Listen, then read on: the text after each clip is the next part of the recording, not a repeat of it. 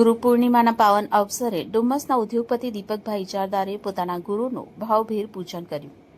ગુરુજીની ધર્મશાળાના નિર્માણ માટે ₹21 લાખનું દાન અર્પણ કરી સેવા અને સમર્પણનો અનોખો સંદેશ આપ્યો હતો. ત્યારે ગુરુ પ્રત્યેની શ્રદ્ધા અને સમાજ સેવાનું આ કાર્ય સૌ માટે પ્રેરણારૂપ બન્યું હતું.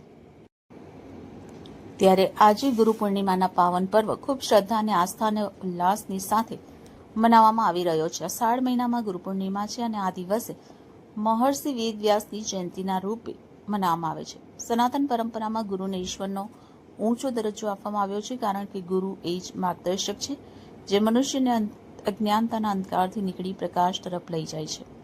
ત્યારે ગુરુ પૂર્ણિમાના આ ખાસ દિવસ પર દીપક ઇજારદાર દ્વારા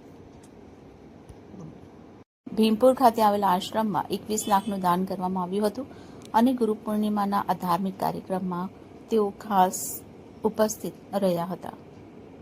સાથે મંદિરમાં આરતીનો પણ લાભ લીધો હતો અને ખૂબ મોટી સંખ્યામાં કાર્યક્રમમાં ગામવાસીઓ અને લોકો ઉપસ્થિત રહ્યા હતા. ત્યારે ગુરુ પૂર્ણિમાના પાવન અવસરે સુરતના ઉદ્યોગપતિ દીપકભાઈ ઇજારદારે સેવા અને દાનનું અનોખું ઉદાહરણ પૂરું પાડ્યું હતું. ધીરુભાઈના પુત્ર અને ઉદ્યોગપતિ દીપકભાઈ ઇજારદારે ₹21 લાખના દાનની પણ જાહેરાત કરી હતી. આ દાનથી મંદિરની બાજુમાં આશ્રમનું નિર્માણ કરવામાં આવશે, જ્યાં દૂરથી આવતા શ્રદ્ધાળુઓ માટે રહેવા અને ભોજનની સુવિધા ઉપલબ્ધ કરવામાં આવશે. દીપકભાઈ ઇજારદારની આ સેવાભાવી અને દાનવીર પહેલને લોકોએ હર્ષભેર બિરદાવી હતી. તમારા ગુરુને આજે દર્શન કરવા અને પગ ચરણ સ્પર્શ કરવા આવ્યા, શું કહો છો? સત્ય હકીકત કહું તો મેં કોઈ ગુરુ ઘણા બધા આ હિન્દુસ્તાનમાં વેટિકનમાં પોપ, બધા ચર્ચમાં, માઇન ચર્ચમાં બધા પાદરીઓ અને મસ્જિદમાં મોટા મોટા મુલ્લાઓ, પણ મેં કોઈ દિવસ મંત્ર દીક્ષા લીધી નથી, કંઠી બાંધી નથી.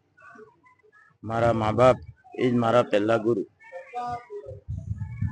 એમણે જે શિક્ષા આપી છે, એમના ગુરુ તે શંકર મહારાજ જુનાવાડા, એમના આશ્રમ પર આજે આપણે ગુરુ પૂર્ણિમા ઉજવી રહ્યા છે. ભજનમાં જ સંસારનો સાર અને પરમાત્માનું ભજન અને ઘર બેઠા બેઠા જેણે આપણું સર્જન કર્યું તે સર્જનહારને પામવાની ભજનમાં આજે 15 દિવસ પછી એમની 121મી જન્મદિન છે એમનો 121મી. ત્યારે એવા શંકર મહારાજ ઉનાવાડા, જેમને અમે બાપજી કહીએ છીએ, તમને ખ્યાલ નહીં હશે કે બધા ઉચ્ચ કોટીના વાણિયાઓ, બ્રાહ્મણો, જ્યારે આઈસી ગાંધી અમારા ભક્તિધામની સામે, એને બદ્રી મુનેર કહેવાતું પહેલા, દસ્તાવેજમાં બી એ લખેલું છે. અને સરકારશ્રીએ હરાજીમાં મારા પપ્પાને વેચાણ, મારા પપ્પાએ રાખેલી એ જમીન અને બંગલો એ મેં અકબંધ રાખ્યો છે. 1919માં ફ્રેન્ચ આર્કિટેક્ટ એડવિનને બોલાવીને સચિનના છેલ્લા નવાબ સિરાજુદ્દીનને એની બેગમ, બીજી બેગમ મુમતાઝ, જે કરાંચીથી મધુબલા જેવી દેખાતી, એના માટે બાંધેલો, તે મેં અકબંધ રાખ્યો છે.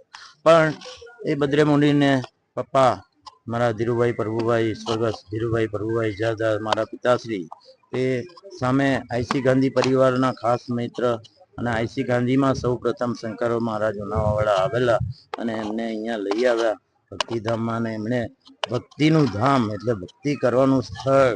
ત્યારથી આ ખલાસીઓ જે બધા મચ્છીમારી કરતા હતા અને એનું જે રોજગારીનું સાધન હતું, માંસાહાર કરતા, વ્યસની હતા, દારૂ પીતા, એમને